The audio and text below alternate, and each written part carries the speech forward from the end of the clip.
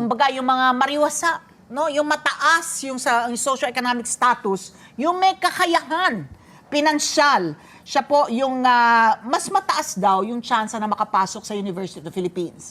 And pag sinabi mo kasi University of the Philippines as a state university, ang una mong paniniwala diyan, although I don't know if it's a matter of policy, dapat yung pangmasa. Pangmasa, diba?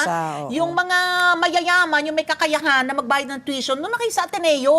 Para yung mga slots, Oo. limitadong Mag-open slots, mag-open up for those who are deserving but cannot pay. Disadvantage. Yun nga, yung disadvantage. So, beyond that, ano pa yung maidadagdag mo na resulta ng pag-aaral na yan? Professor. Bukod nga po, sa gaya na nabanggit nyo po, nakita namin sa aming study using data from the UP admissions, po, period 2006 to 2015, na yung mga estudyante, applicants, high school applicants na galing sa mga higher income backgrounds, may advantage sila po in terms of getting into the university, getting admitted. And this is after controlling po for other factors like yung high school na pinanggalingan nila, type, private, public, science high school average nila, region na pinanggalingan, etc. Ano po? And so, well, in terms of, yun nga po, yung message ng aming study, no, itong bias na ito, hindi ito deliberate, no, on the part of the university admissions process. No, sadya lang po talaga na yung mga bata na galing sa mga higher income backgrounds, meron silang mga inherent na advantages no na tinatamasa early on pa simula sa kanilang pagkabata no sa sa elementary school level, sa secondary school level, in terms of yung mga opportunities na available sa kanila, in terms of yung environmental conditions no that they have no na mas conducive to studying and to studying better in terms of yung mga technological gadgets no that are available to them. So maraming mga ganung advantages no na early on, kasama na rin po yung nutrition diyan. Kasi yung mga bata na galing sa higher income households, bata pa lang sila. 'Di ba may deliberate efforts na ng mga magulang na talagang ayusin yung Opo, yung pagpapakain, yung mga pagkain no that yung enable better brain development and all yung inputs na tinatawag.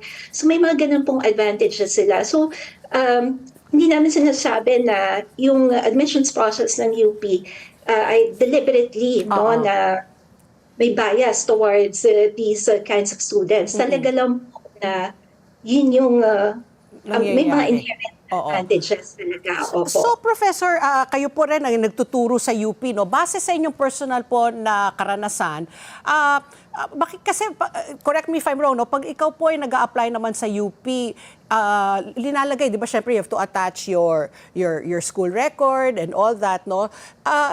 Yung ba ay talagang hindi na tinitignan? Depende na lang ba, ang UPCAT na lang ho ba ang basehan ng isang estudyante na makapasa sa Universidad ng Pilipinas? Ano ba yung qualification? Kumbaga, syempre you have to pass the UPCAT. And aside from that, are there other things that is considered before you are admitted to UP? Thank you, ma'am, for that question. Base po sa aking kaalaman, di pa ako part ng admissions process, no po, yung tinatawag, yung to pass the UPCAT, to get admitted to UP, may mga, several factors na kinoconsider apart from yung UPCAT grade. So, meron pong, formula, tinatawag ito na UP predicted grade. So, this is supposed to predict how you're going to perform in the university. No po, get admitted. So, itong part lang po yung UPCAT doon. I think it's a big part, no? But kasama rin yung high school average. Tapos may mga tinatawag na palugit, pabigat, sa formula na to. So, may deliberate effort po to democratize the admissions process. Kasi mapalugit na to, nakalagay sa formula, no? Dagdag points ito para sa mga students na nagaling sa mga disadvantaged backgrounds. So may recognition po noon, like kung galing sa public high school, vocational, barrio, public barrio, high school, may mga tinatawag na palugit, no, dagdag.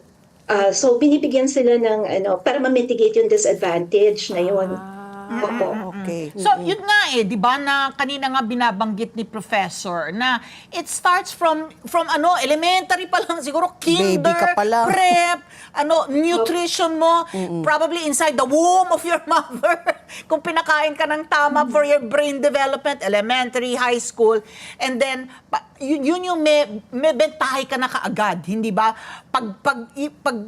When you take the UPCAT, yan yung college admission test, na pag pinasa mo yan, makakapasok ka ng UP.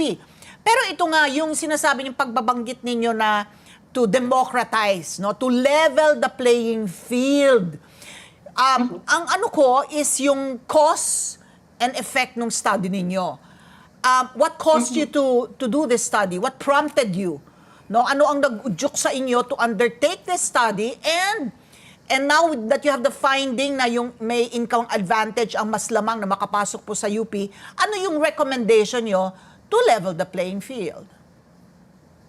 So thank you for that question, ma'am. So one of the motivations, just one of the motivations for our study really was that yung untested na hypothesis, para intuition nga, na given what we know from the literature, na yung mga bata na galing sa higher income households, meron silang inherent advantage simula pagkabata pa lang, nakikarry over ito to the admissions, to yung getting admitted to college, etc. So and around that time po na we were gathering the data, actually wala pa yung free college tuition policy when we started gathering the data. But when we were writing the paper, nagsisimula na yung usapin noon. So so parang nung nahanap namin, nung nakita nga namin yung income advantage na ito,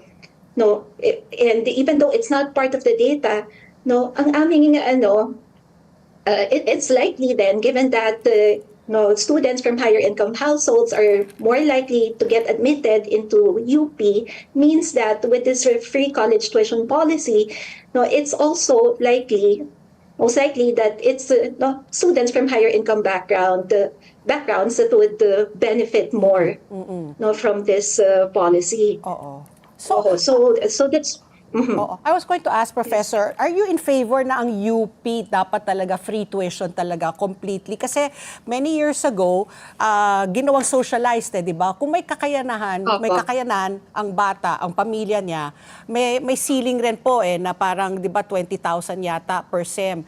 As against, pag ikaw ay walang kakayanan, talagang parang 400 lang yata or 600 ang babayaran. Kayo ho ba, yung bang gusto niyo? Kasi ako nung nag-UP ako, regardless all across, parang 400 pesos ang tuition ko lang nung SEM, kada SEM. Pero after a few years, ginawang socialized. Tapos ngayon, ito, balik na naman sa libre ang tuition sa mga state universities. Kayo ba, yun pang sinusulong ninyo, na gawin na lang socialized po, para po, kumbaga yung sinasabi ni Ali na level the playing field, yung mga may kakayanan, magbayad ng konti, tapos yung mga walang kakayanan, yun ang talagang bigyan na lang libreng tuition. Sa palagay ko po, ma'am, opo, yun po yung parang sinasabi ng cost-effective way, kasi given na, relatively mahirap tayong bansa, scarce ang resources natin, sa economics ang pinag-aaralan namin ay kung paano natin ma-allocate most efficiently, yung mga scarce na resources na ito. So given that po, na if you want to hit yung equity considerations, I think that would be best served by yung this free college tuition policy, kasi this is this is very expensive. You need considerable resources to make a go of this.